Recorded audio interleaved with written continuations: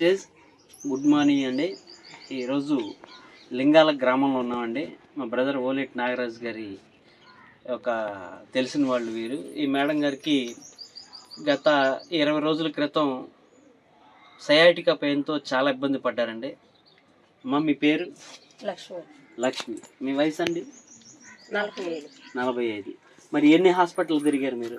చాలా తిరిగానండి. అక్కడక్కడ అసలు ఏమి కనపడలేదు. నేను వచ్చినప్పుడు మీరు ఏ మంచం మీద పడుకున్నారమ్మా? నొలక మంచం మీద పడుకున్నా.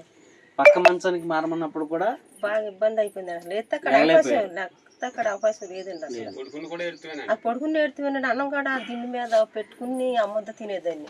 అసలు 15 రోజులు కాడ అలాగే ఇబ్బంది పెడతాను. మరి మేము 8 రోజుల తర్వాత మిమ్మల్ని చూస్తాకు వచ్చాం. అప్పుడు ఎలా అనిపించింది మీకు? అప్పుడు పర్వాలేదండి, కూర్చున్నాను కదండి. లెగిసి బయటకు వచ్చారు. ఏదైతే మంచం మీద ఉన్న వాళ్ళు ఈ మంచం మీదకి రాలేని వాళ్ళు లెగిసి బయటకు వచ్చానండి. మీరు వచ్చిన బయటకు ఉన్నాను కదా. బయట ఉన్నారు, నడిచాను. ఎన్ని వేల రూపాయలు పోసుంటారమ్మా హాస్పిటల్కి?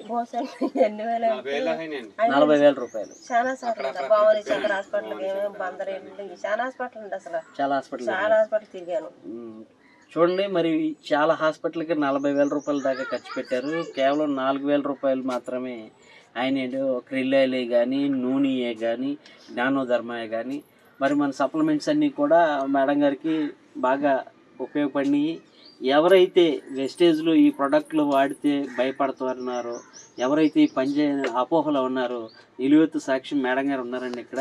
మరి ఆవిడ ఎన్నో బాధలు పడి, ఎన్నో ఇబ్బందులు పడి 40,000 రూపాయలు హాస్పిటల్లో పోశారు.